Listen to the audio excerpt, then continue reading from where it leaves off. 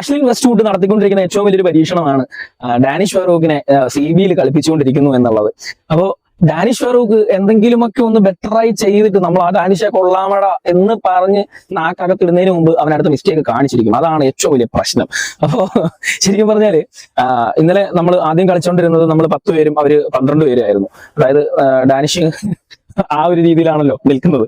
ഡാനിഷിന്റെ ഒരു കേസ് അതാണ്. അപ്പം കുറച്ച് കഴിഞ്ഞപ്പോഴത്തേക്ക് ഒരു ഫസ്റ്റ് ഹാഫ് കഴിഞ്ഞപ്പോഴത്തേക്ക് ഫുട്ബോളിൽ ഇന്നേ വരെ നമ്മൾ കണ്ടിട്ടില്ലാത്ത പുതിയൊരു പരിപാടി അവിടെ നടക്കുന്നു. അതായത് നമ്മൾ 9 പേരായി ചുരുങ്ങുകയും അവർ 13 പേരായി കൂടുകയും ചെയ്യുന്ന ഒരു പരിപാടി വന്നു. അതായത് വിക്ടർ വന്നപ്പോഴാണ് അത് സംഭവിക്കുന്നത് കേട്ടോ.